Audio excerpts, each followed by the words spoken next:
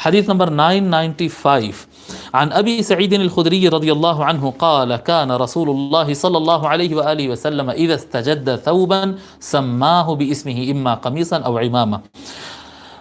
حضرت ابو سعید رضی اللہ تعالی عنہ الخدری رضی اللہ تعالی عنہ روایت فرماتے ہیں، کہتے ہیں جب حضور اکرم صلی اللہ علیہ وآلہ وسلم نیا کپڑا پہنتے، جب کبھی حضور صلی اللہ علیہ وسلم نیا کپڑا پہنتے تو اس کا نام لیتے، یعنی فرسٹ ٹائم پہن رہے ہیں کرتا تو ایسا کہتے تھے کرتا کہہ کے پہنتے تھے، جبہ کہتے جبہ کہہ کے پہنتے تھے۔ یہ ایک سنت ہے حضور صلی اللہ علیہ وسلم کی، نیا لباس ہمیشہ نہیں، جب نیا کپڑا آتا اور اس کو پہنتے، اما قمیصاً او عمامتاً، کرتا پہنتے تو اس کا نام لیتے، عمامہ کہتے عمامہ کہہ کے پہنتے ایسا، ٹھیک ہے، تو باندھتے اس کو۔ اس کے بعد کہتے نام لیتے، لباس کا نام لیتے جو پہن رہے ہیں، اس کے بعد کہتے اللہم لک الحمد انت کسوتنی، نام لیتے اس کو پہنتے اور پہن کر یہ الفاظ کہتے اللہم لک الحمد انت کسوتنی، یاد ہے نا بیٹے، اللہم لک الحمد انت کسوتنی، اے اللہ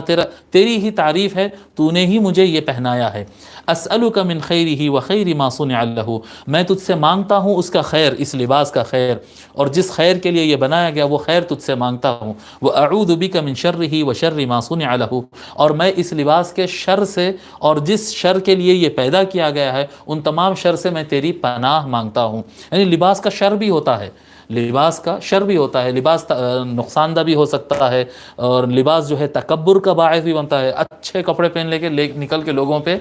یعنی لوگوں کو حقیر سمجھیں، دیکھو میرے کیسی ڈریسنگ ہے، اس کی دیکھو کیا حیثیت ہے، تو پھر یہ لباس فائدہ نہیں دے رہا ہے، یہ لباس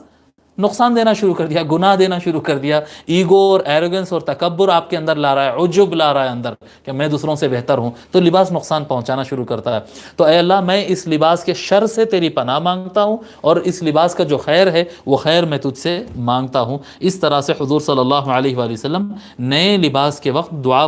کرتے تھے۔